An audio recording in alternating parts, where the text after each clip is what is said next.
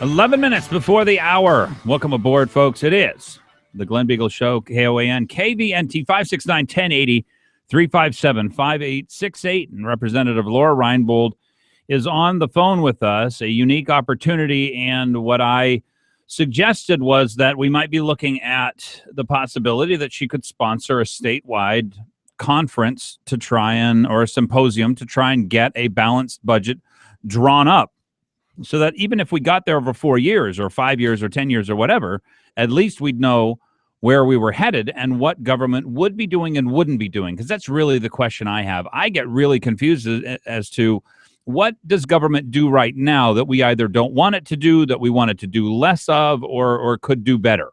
So those are the real questions at the bottom of my, the bottom of my list. But I want to hear from you whether or not you think that, as you talk about, well, we need a sustainable budget, we need a responsible budget, and we have to look toward future generations. Does that mean that there needs to be a group that gets together and designs a balanced budget? Well, I think that's a good start. The bottom line is the people have got to work with their legislators and prioritize. The first year I was down here, I thought each area, each district needed to work with what are your priorities in regards to the budget.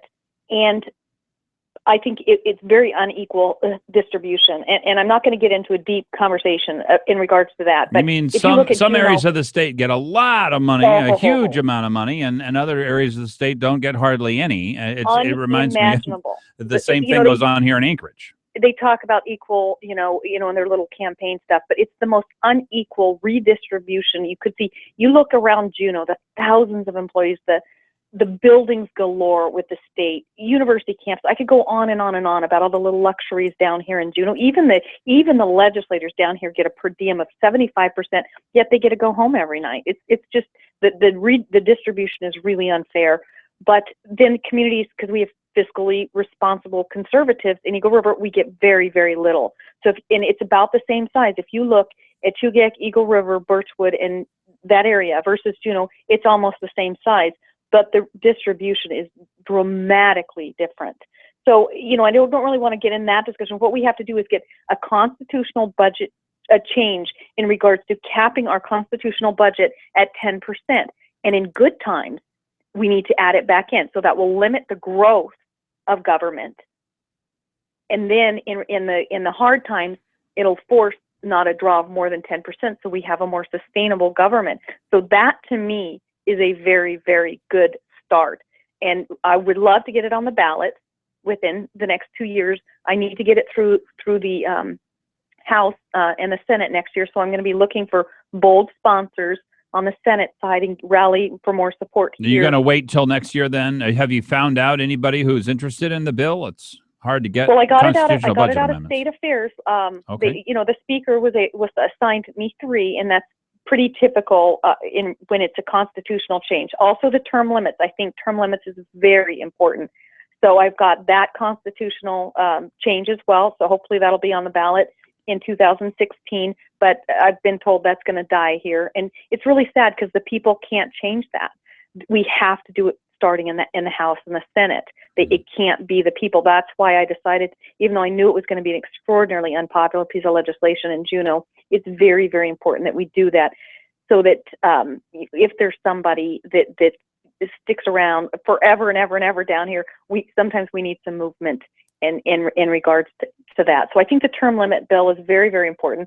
Repealing the Common Core, regaining local control in education, empowering the university to go develop their lands. There's just so many things that we can do, and it's not that difficult. People, we just need to make a decision, and we need to just do it. We need to quit talking and start acting. The best social program around is a job, and if we get roads to resources, those people can work. We can develop opportunities around there, and we're going to have a much healthier state. This is Terrence. But if we expand Medicaid, we're going to be oppressing all these people, having them keep low wages. So over 200,000 Alaskans will be 133 or less. In other words, this is what Representative Reinbold's saying. If you get a $2 increase in your pay, you lose $10,000 or $15,000 worth of health benefits from the federal government. Right. Exactly. Well, that doesn't make any sense. No, everybody will start. People just work fewer and fewer hours so that they can keep their government benefits. Yeah, we will really be creating a lower class of citizens oppressed, keeping at about 133% of the federal poverty level.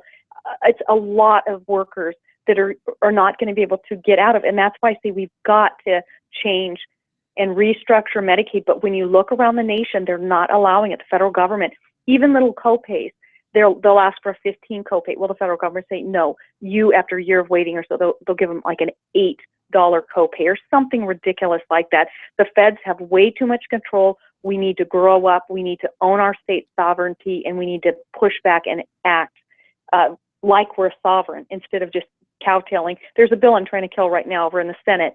It's 106, and basically they have done the temporary assistance for needy families. That's called TANF funds. 45 million of them they've tied to this child support law. So it's a new treaty. It's a brand new treaty. So it's kind of like Law of the Sea, but it's with the children. And so they've tied up this 45 million to get 19 million of federal money. Now it's going to cost the state $10 million because it's a 2-to-1 match.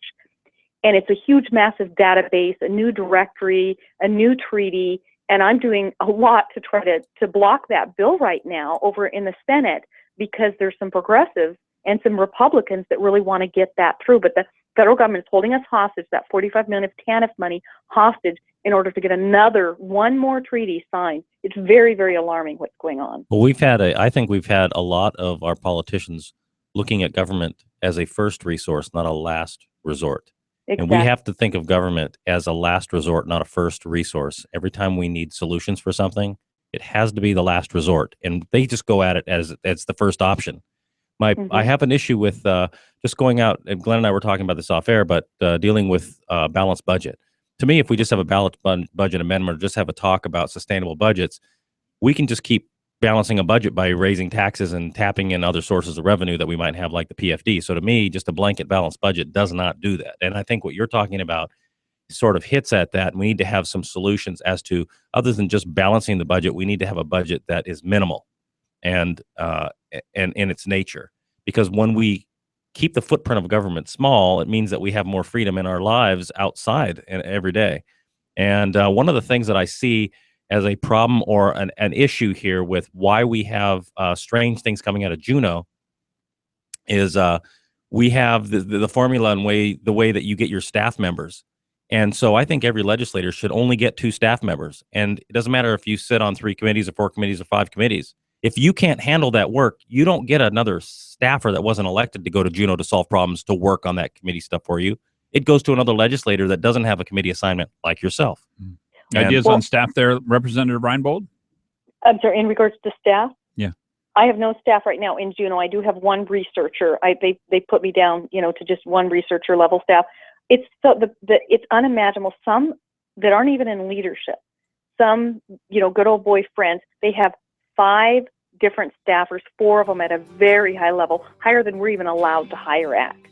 So the unequal treatment amongst legislators, each legislator in each district is unimaginable. Pretty dramatic. Hey, Representative Reinbold, you're doing the right thing. Good luck down there. And I know it seems like the people aren't paying attention, but I think a lot of them are paying attention to you. So you got a big microphone. Use it. Okay, absolutely. And hey, thanks, you guys. I love being on your show. All right. Thanks so much, Representative Laura Reinbold. We'll be back. It is the Glen Biegel Show, Alaska's consistent conservative, trying to build a coalition to save us from huge government. Terrence, thanks for being in. Stay tuned.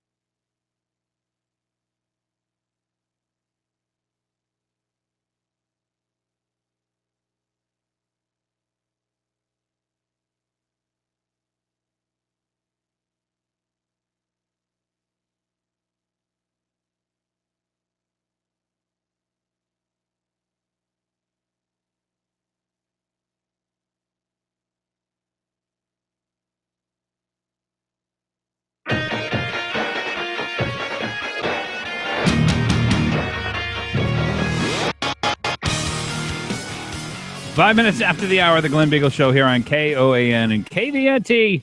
It's your drive home. My pleasure to be with you. And so many things to talk about. We're going to leave the budget discussions in the dust here, and we'll probably return to them as things go on. I do think it's the most important discussion that we have probably ever had because it gives us the greatest opportunity to act together. You know, there's a lot of people who do not need government in their lives. They don't want to pay an income tax. They just don't. They really can't stand seeing all these people on welfare, on these various welfare programs. They want them to have jobs and live the lives of a free, upstanding American, which is a glorious existence. And so I think that's early voting, by the way, today, Bonnie, starts today. The mayoral runoff.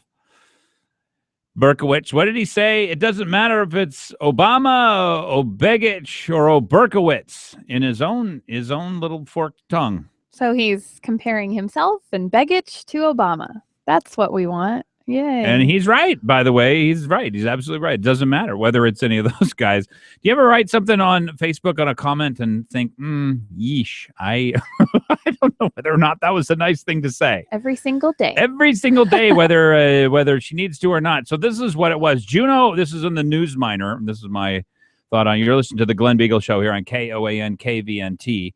569-1080. Love to hear from you. Give me your thoughts on the mayoral election or the recent snowfall that's been happening. Terrence, by the way, says it's definitely going to snow again. All it took was just a couple of, light snows. He's not even, I don't think he's up on the hillside. We got 3 inches that stood up there all day. And it was all day. It still stayed. By the time I got home, it was still there. So he's ready to jump off the top of the tallest building. But he's convinced. I think people do that a lot, by the way. They're just like, it's gonna snow so that it won't snow, because I think it'll go opposite. Reverse psychology. Yeah. To the weather. That's right. And I think that works. So this is what I wrote. This is the in the News Miner. Juneau plans bond election to beat the moratorium bill. In other words, why pay for a hamburger? I'd gladly pay you Tuesday for a hamburger today. They know that the adults are arriving. They have come to Juneau. They're in the form of the Republican Senate. And they're not going to be able to pay for any more public works and return the 70%. So what is Juneau going to do? New schools, new roads, new parks, new this, new that. They're just going to go hog wild.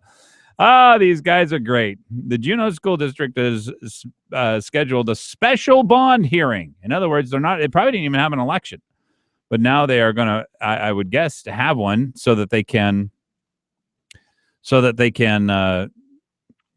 get the cash while the cash is still flowing. Why not get cash while the cash is still flowing? So this is what I wrote, and I don't know whether it's too mean. You tell me whether it's too mean here, Bonnie. Sad to see Juneau go for the last swig of the bottle, the last high before the drugs run out. Not very adult behavior. Too harsh? No. Sometimes people need the harshness. And I like firm more than harsh. Yeah. Oh, that was firm? Okay, we're going to go with firm. Yeah, I like firm. That's a good way to put it. A lot of people don't, they don't see government spending and government dependency as big of a drug as I do. So I'm always wondering whether or not I'm a little bit over the top. A couple of articles that caught my eye. 51 million immigrants in 8 years into the United States will account for 82% of United States population growth. Woo! 82% of population growth from immigration. I really hope they become Americans, full Americans, by the way.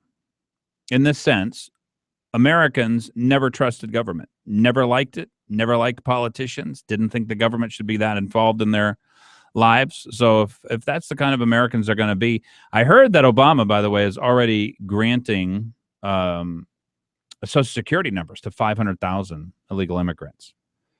So I guess our laws just don't matter. And, this is a test for the Democrats, I guess, to see whether or not you care. So he's illegally giving Social Security cards to illegal immigrants. Yep. Yeah, that's right. That's about right. Yeah. So I don't know. Does that matter anymore to anybody on the left? I guess this is your electoral plan, right? It doesn't matter what the laws are. It doesn't matter. Oh, well, it's just nice that we need to do this because we need to open our borders. You were never that way. 20, 30 years ago, the average Democrat would have been like, what in the world are you talking about? Are you crazy? And now it's, yeah, sure, absolutely. Why? You must be evil to think that's not a great thing. I mean, yes, of course we should break the law. Just so we could do that. And that's the difference in politics. I mean, politics is just dramatically changing. Oh, go out to Alaska Dispatch and KTUU. They both have a picture of this kid with a young man, I guess, with a hat on it that says bad. And we've got to get this guy picked up fast, and he needs to find the bottom of a jail cell real fast. Police are asking for help locating a man sexually assaulted a woman, kidnapped her and her children, from a driveway in West Anchorage Wednesday morning. She was with her 2 kids. He sexually assaults her, then forces her to drive around and remove money from her ATM. Doesn't it just strike you as just a little... And life is getting a little creepy. This is the kind of stuff... That's terrifying. Isn't it? Yeah. Because what are you going to do? The suspect described as Alaska native, mid to late 20s, 5 feet 9 inches tall, goatee. And that's... I guess that's where we are. This is what our future, unfortunately, could look like. You kind of feel powerless, Yeah. I've refused to be a victim. Yeah. Well, you gotta conceal carry, and that's what a lot of people have decided they're going to do. And when push comes to shove, and this guy shows up, then we'll see whether or not he lives. But I think he, a lot of these people, they know how to spot weakness. So, but we really have to be strong as a society. And when we find this guy, that's it, gone, done for. I don't want him to see the light again. That's it. 12 minutes after the hour. Glen Biegel Show here on KOAN and KVNT. Lots of news coming up. Love to hear from you. 569-1080, as well as Rebecca Logan from the Alaska Support Industry Alliance. Stay tuned.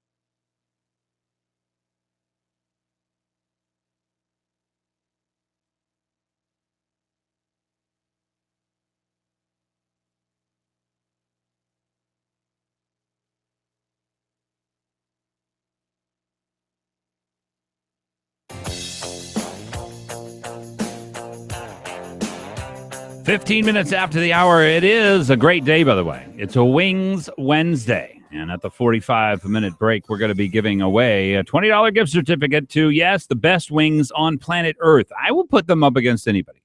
They're hot or extra hot and super saucy versions of their wings are, I don't know that you'll have better food. It's just that good. So you have to stay tuned for that. That's coming up here. The Wings Wednesday version of the Glen Biegel Show. This hour of the program, by the way, brought to you by Dr. Dan Kiley, LakeOtisDental.com. He and his supportive staff, caring staff, will take care of you and all your dental needs. Best-in-class services with a caring touch. They listen carefully. They closely work with you to make sure that your dental needs are taken care of. 562-9209, the one person everyone needs in their life. It is a conservative dentist. 562-9209, Dr. Dan Kiley. Floating nuclear power stations for the Arctic. I always get the sense that somebody's playing with me, because I read this and I thought, oh, that's fantastic. And then I realized that they were meant to horrify and shock people. That's how out of touch I am. Oh, Yerith Rosen's got this amazing piece as well in the Alaska Dispatch knows that nobody knows about the Arctic. What's the name of it? The Arctic Resource Group or Arctic Power. No, it's not Arctic Power. Hold on, I'll figure it is. Oh, the Arctic Council. That's what it's called. But he never actually gives the number. It's funny because this is something Yerith Rosen does quite a bit. He's one of the oddest writers. He'd be like trying to tell you, most people love peanut butter and jelly sandwiches. 20% of people like peanut butter. You're like, well, how many people like peanut butter and jelly sandwiches? Weren't you going to tell us that? I mean, he's just huge yawning. You told us you were going to tell us something. So he goes through this survey, finds little awareness of Arctic Council, even in the Arctic. Listen to the thing that he gives. A new survey found that outside of Iceland, the Canadian North, and to some extent Alaska, there was relatively little awareness of the Arctic Council and its makeup, including the role that Indigenous Northerners have in its affairs. Only 8% of respondents in southern Canada said they were aware of the council. Hello? Does he not know that? I mean, he's writing for this for the Alaska Dispatch News. You'd figure that he would write something about Alaska. He never actually tells you what percentage of people know anything about the Arctic Council here in Alaska. And this is, I think that they don't care because they know that it's probably a left-wing group. And he proves this. This is what the people who know about the Arctic Council or who are in it support. They want to stop war. Did you know that, Bonnie? They don't like war. And so what they want is they want a nuclear-free Arctic. How about that? Amazing. Residents of all Arctic nations want to continue dialogue, cooperation, and exchanges with Russia.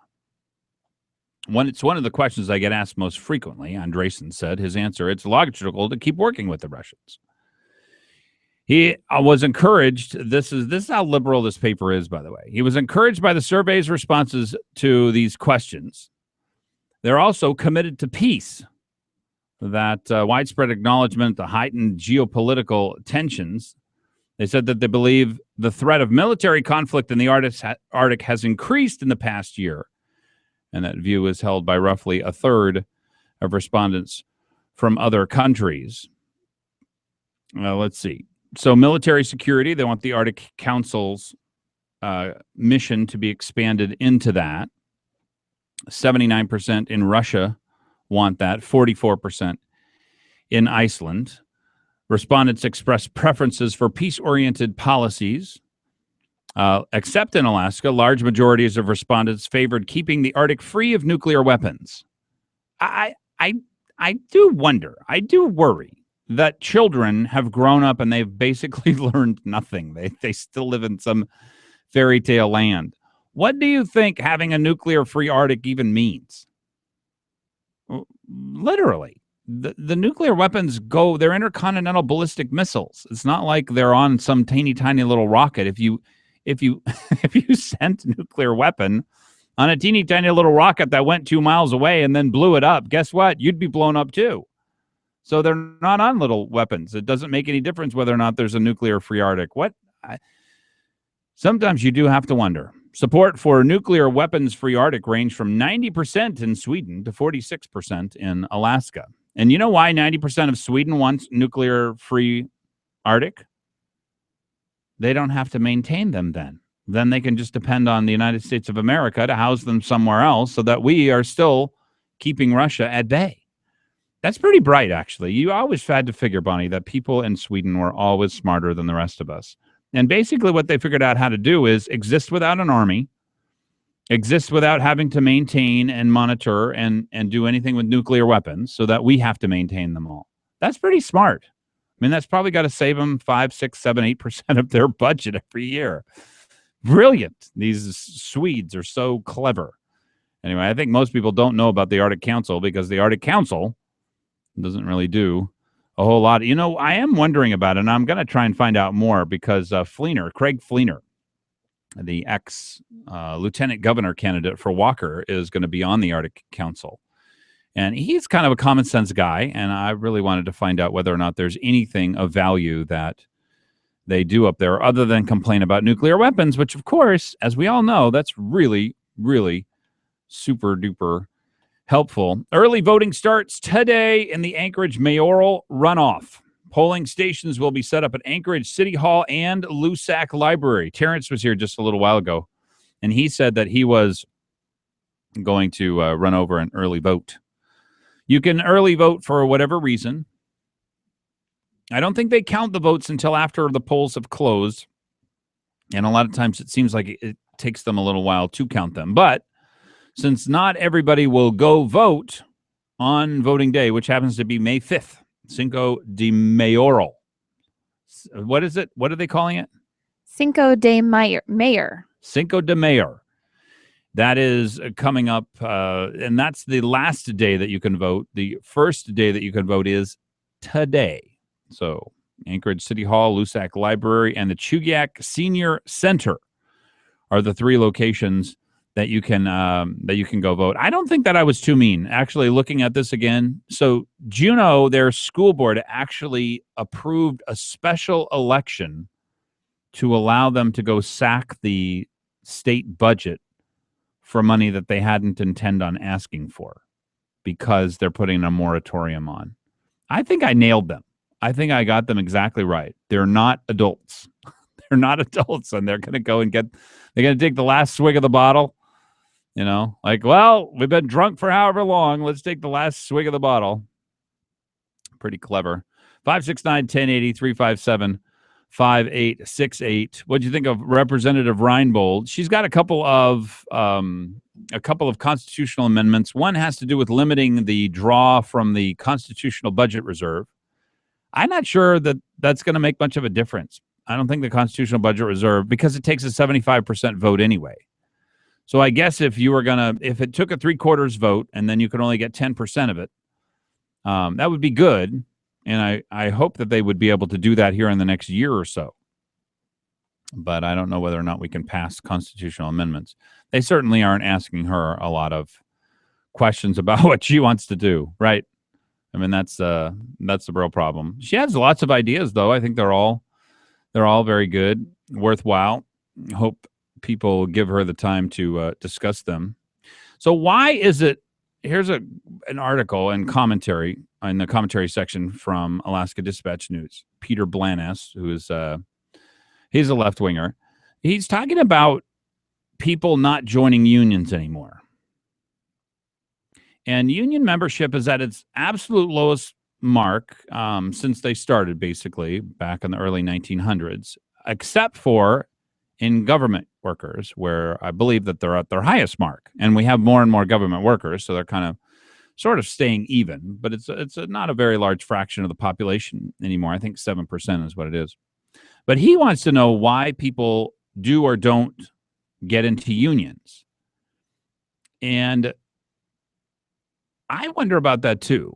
I mean, I don't like getting in unions because I don't like being treated like other people. I'm not an average employee. I will work harder than everyone I know. There's nobody who is going to be more dedicated to whatever it is. And the idea that somebody could spend 2 hours less a day working, or they would mess up 5 times as much as me, or not put as much work into, to me, paying them, or if they had even worse, been there longer than me, so they get more money than me. When you talk about a disincentive, it doesn't make any sense. It's nonsensical to me. So I would never join a union. I can't imagine joining a union. And that's my reason for it. But here, what they're saying is basically that if you unionize, you get better pay and better wages. But here's the problem I have with that, Bonnie. We had a perfect example of unions gone rogue. Actually, we've had several, but the American car companies were paying $48 an hour in 20-year-old car manufacturing plants to people who are putting bolts on a car, rather than the $32 an hour that, other companies who are also operating in the United States but did not have unionized workforce.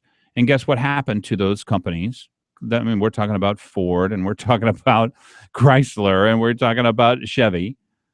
And the other companies were Honda and, American manufacturing plants, American workers. But they weren't operating under union rules, so they had $32 an hour. Well, guess what happened? All the American things had to be bailed out by the government. It cost us billions. So their union actually bankrupted their company, and they were 20 years behind the curve.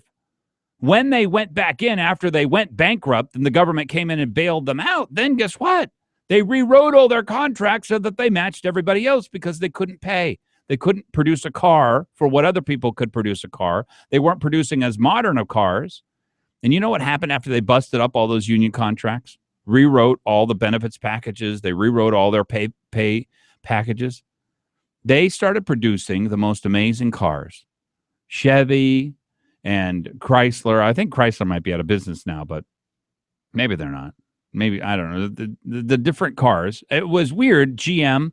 I think GM had like 11 of the 13 best cars for 2014. Just an amazing turnaround. They hadn't had a best car of the year for 15, 20 years, while the unions were in control of everything. So I think that there's a few things. I think people have figured unions out. And I think people don't like being treated as one of a crowd. I think that's really the reality. We all know intuitively there's a natural strength and security in numbers. Well, that's what Peter Blanas thinks. What do you think? Why do you think union membership? And would you join a union if they came to town and they wanted to unionize, your Walmart or your McDonald's? Is that something you would be interested in? 28 minutes after the hour, the Glen Biegel Show here on KOAN KVNT.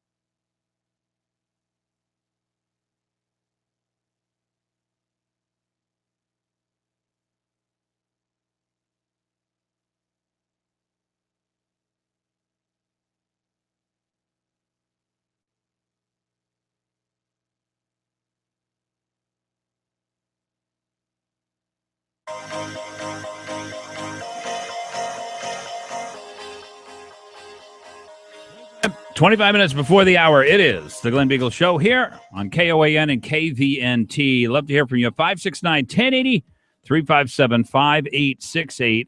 On the phone with me here is Rebecca Logan from the Alaska Support Industry Alliance, and I wanted to have you on to get your take on what's going on down in Juneau, as well as some of the statements from both sides of the aisles. The Republican Senate and then the Democrats have made their response to it. So, Rebecca, welcome. Thank you. It's been a long time. Yeah, it's great to hear your voice. And people may not know enough about your organization. A lot of times they don't know how many people work or are associated with the oil industry here in Alaska. So give us some of the statistics. Well, the basics for our organization is that we represent about 570 employers across the state of Alaska, and they employ 30,000 plus people in the support industry for oil, gas, and mining. So we don't represent the producing companies like the Exxons or BPs or ConocoPhillips.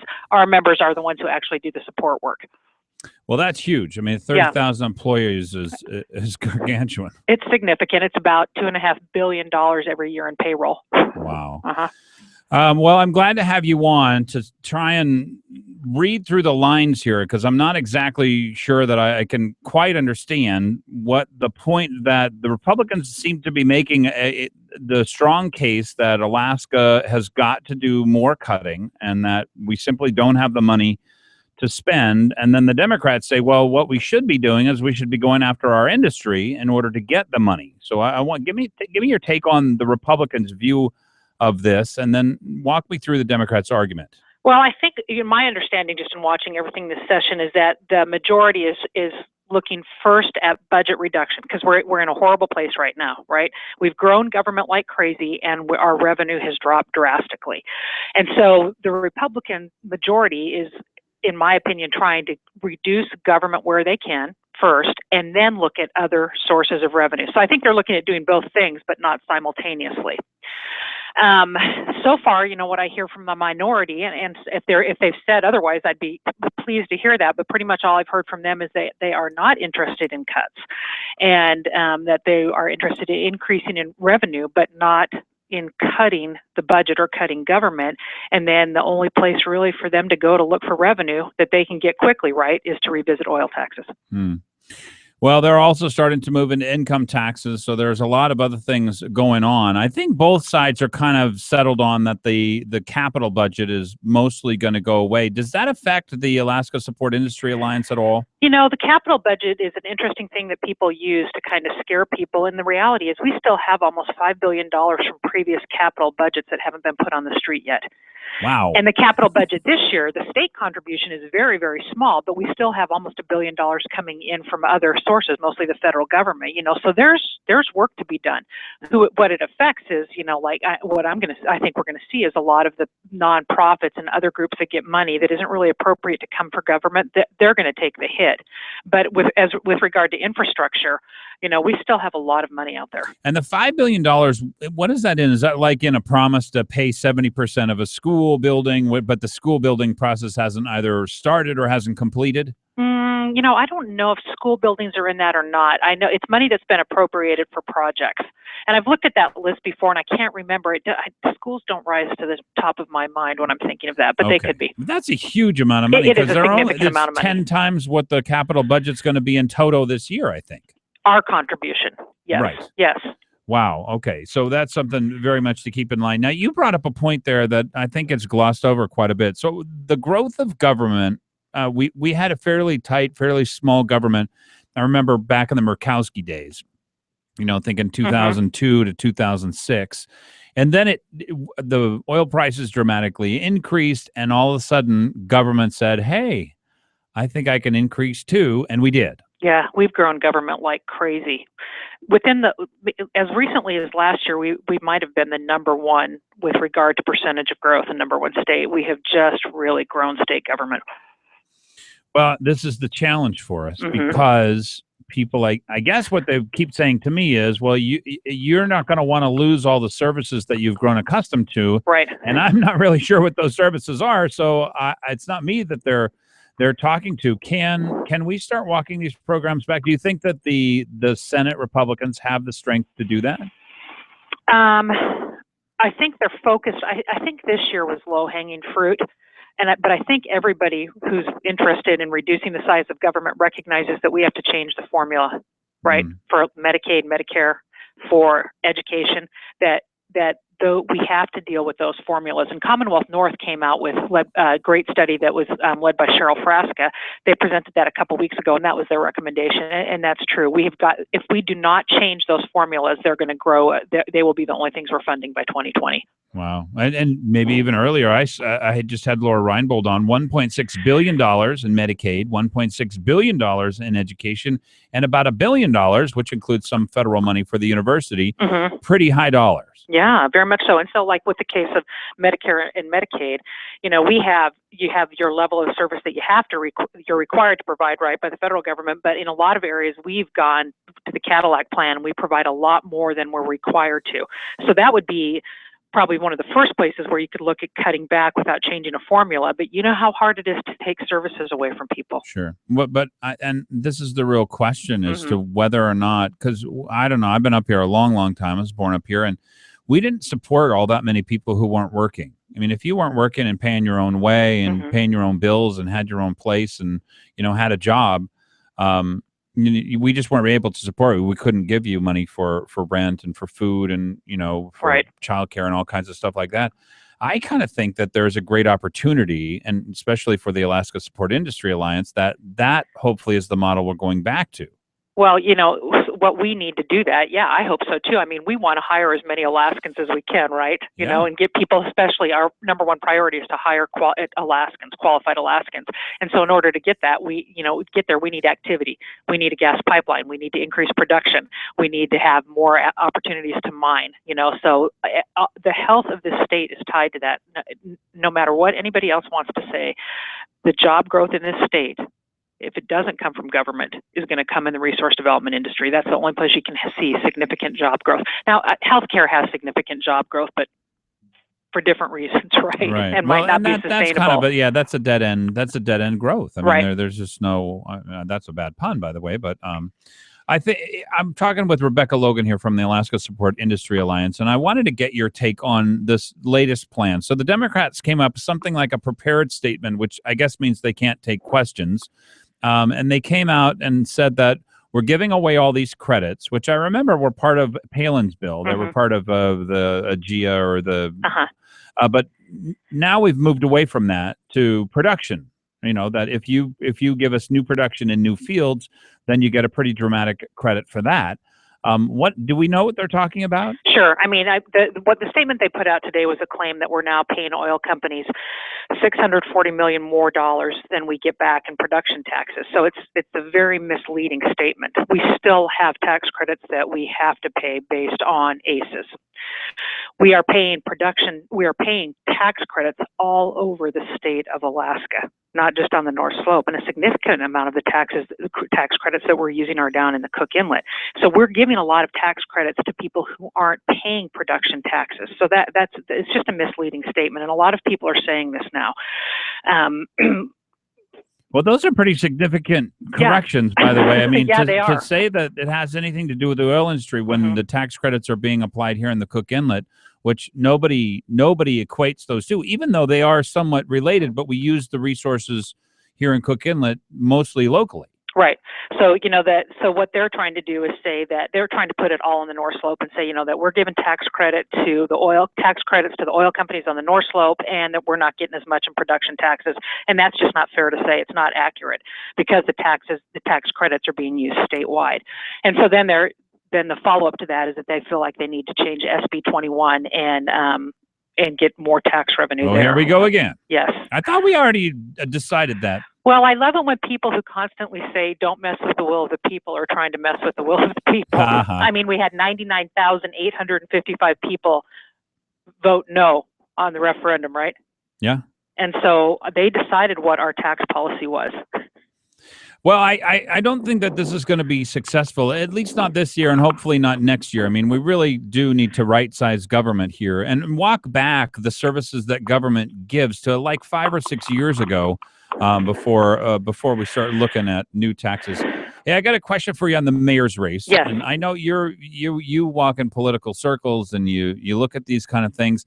How is this race shaping up? And is the budget battle that's going on down in Juneau sort of getting people's attention even for the mayor's race here? You know, I because we don't focus in my job on municipal races, I'm not paying as much attention, but because I live in Anchorage, obviously I'm very interested. It's hard for me to gauge how that's going to end because I think there are surprise aspects of each of the campaigns. What I see is that it just comes down to a difference in policy on how you run government, you know. Pretty stark differences. It is. It's a very stark difference. And I don't know that either of the candidates is doing a good job of showing that. You know, Ethan Berkowitz has a policy plan for how he's going to run government in Anchorage. Amy's got one too. They're very different. Yeah. Well, I look forward to encouraging people to go out and vote. I think it is your civic duty, but Absolutely. I also think that as people watch this battle royale, really for whether or not we'll have a state income tax, whether or not we'll dramatically have to increase in taxes on industry, or whether or not we will resize and refocus government, that battle goes on at all levels. It goes on in the mayor's race here too. Yep. All right, Rebecca Logan, Alaska Support Industry Alliance, just a great place. Is there a good website for people to go out? Yep, it's just alaskaalliance.com. All right. Well, thanks so much for coming on the program. Glenn. Appreciate it. Bye. 569-1080, 357-5868. So many things going on out there. I'm going to cover a couple of other stories when we come back. Construction begins at first co-housing community. And this kind of freaked me out when I was younger. But as I get older, I really think that this is a way that I should have done it in the past. Glen Biegel Show, KOA on KVNT. Wings Wednesday. Call us right now, 569-1080.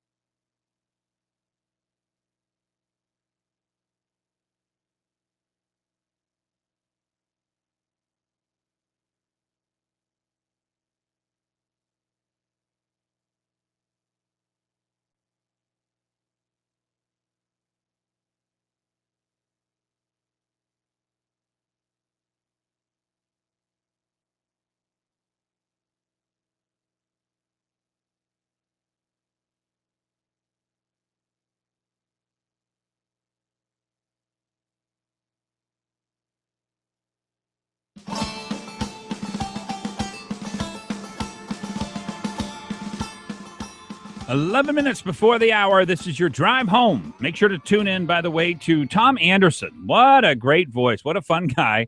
He's on mornings here on KOAN and KVNT, and you can tune into him 6 to 9 a.m. Also, just before this show. Joe Miller is on, and he gets a lineup that you will almost not believe. The number of national and really high quality, very topical guests each and every day. That is just on KOAN. Mark, the big winner of Wings Wednesday, my favorite day. Wings Wednesday is just, it's got to be, Free Flower Friday was also top notch, and I really love that day, but Wings Wednesday, it's just too hard. It's too hard to decide. Love to hear from you, 569-1080, 357-5868. If you're looking for some assistance with financial issues, well, you should probably first call your legislator, because their financial issues are going to become your financial issues. And that is a promise. You look at Paul Seaton, he wants 2% of your pay. 2% of your gross pay is what is his first nibble at the apple. And I bet your apple is going to be nibbled away. But how about this? How about the financial strength of your family? How about fulfilling your duties, your obligations, having the right insurance, and also having a good financial plan that gives you a retirement that you have worked so hard for and deserve? Your auto, your home, your life, 75 years. They have maintained the A+ superior rating and the AM Best. Country Financial, 13 locations all across Alaska, there to serve you and your family's needs. Go find them online at countryfinancial.com or call them at 866-COUNTRY. And as Bonnie knows, country is spelled COUNTRY. It's a battle royale, and I love it. I think it's great. And we will leave the battle royale for your pocketbook. It's really a battle for your heart and your mind and your soul, and that always goes on, because what we didn't used to have to discuss, which was how much do we want government to do? Most people say nothing, give us paved roads, make sure there aren't potholes all over the place, put up the street lights, make sure the police are rounding up people driving drunk or the rapists. And that's kind of it. Other than that, we can basically let us alone. Well, now they not want government to do anything. A lot of people, the government, the bigamy crowd, big gimme. They're out there and they're riding hard. I had this, but we'll leave that for the day. I got this question for you. Do you really want to own your own kitchen? Bonnie, as I say that, do you want to own your own kitchen? Yes, please. Ugh. I don't. I would love to have a commercial kitchen, a top-of-the-line $20,000 oven, a top-of-the-line, $50,000 fridge, the best countertops, everything's well put together, but it's communal. And where that would have freaked me out before, it doesn't freak me out anymore. And I'm wondering whether or not people, I guess I'm just getting over the idea of owning a bunch of really second-rate stuff. And maybe this comes from the fact that, I grew up poor and I still kind of am. And, you just can't afford very nice stuff. You never get upgrades and all that kind of stuff. So I guess it's the kind of approach that I have. You probably have pretty nice stuff, though, or your parents. I just want a kitchen. You just want to have your own I want place. my own kitchen. All right. The first co-housing community in Anchorage broke ground Tuesday. 35 homes. This is what they share. A kitchen. I can see that. A dining area. I can't see that. That would not do well. I would want my own dining area. If I made my food wherever, then I would want to go take it with me. A gym and a community garden. It sounds really nice, doesn't it? I don't know. But I've heard of these things in Seattle, and they're not very nice. Oh, they didn't like them there? No, they just become a bunch of people who want to do drugs all day and sit around and do nothing and split the money. I'm not interested in that. I will have to say that does not interest me at all. KTVA reports 23 families have committed to living in the 6.4-acre cooperative atmosphere and its energy efficient homes that cost $400,000. These are not a bunch of people taking drugs, or if they are taking drugs, they're taking really high-end drugs. Are they getting Section 8 housing?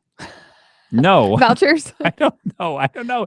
Can you I get am a Section so 8? suspicious. Oh, now see, that's very good. You've been trained well. Yeah, we had this weird conversation yesterday about people not being able to maintain how much they get for rent. That, if you get $1,200 a month now, well, we may only be able to afford $800. And somebody called up and said, most renters don't actually pay taxes. They actually get government-assisted rent. That was very enlightening. Great call. I can't even imagine that. Is that true? I don't know what the percentage is, but even if it's 25 or 30 or 40 or 50%, of course, if it's 50%. Yeah, I think he said 90%. That seems 90%. High. Wow. I don't know what it is.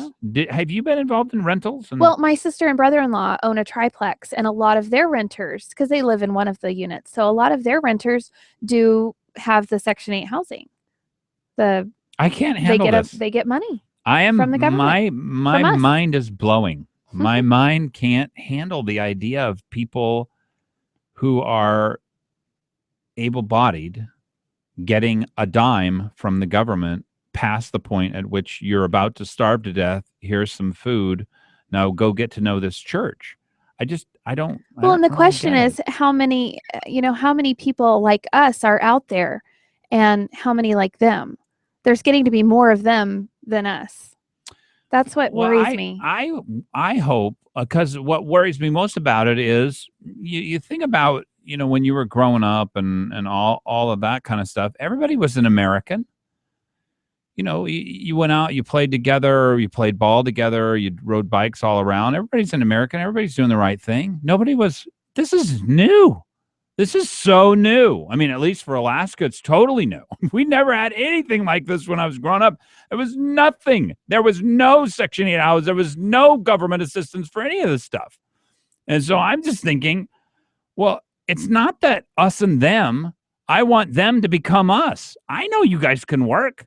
I know that there's gold out there in them thar hills, right? And there literally is. Where's the pride? By the way, I believe that we'll know whether this state is going to save itself or whether or not we are doomed based on Pebble Mine. Ooh. That is 15,000 families who are going to be able to exist in Alaska because of that mine. And we either live or die based on the idea that here's this massive amount of wealth. It's right there, and we can have fish and we can have mining wealth. And if we choose not to do fish and mining wealth at the same time, if we listen to fear, we're doomed. It's over. It's all about emotion. And today's Earth Day, and that's all you hear. Earth Day. Save the Earth. It actually was snowing, I think, in Michigan during Earth Day. My daughter said, "Oh, it's the Greenie Day." Yes, and that's it's good training for the old daughter there. I don't know. I really worry that people get so worked up about this, the Earth warming, which it's been doing for 500 years, that you can't understand that there's a lot more people on the Earth now than there was 500 years ago, and that we're all still doing pretty well. I guess California would disagree. They want some rain, but they long ago said rain doesn't have anything to do with global warming. All right. Been a pleasure to be with you. Happy Wednesday, everybody. The beginning of voting. That is today. So I hope you get a chance to go out and do that. 2 minutes before the hour. God bless. Stay tuned for Tom Anderson coming up 6 a.m. to 9 a.m. tomorrow. Take care.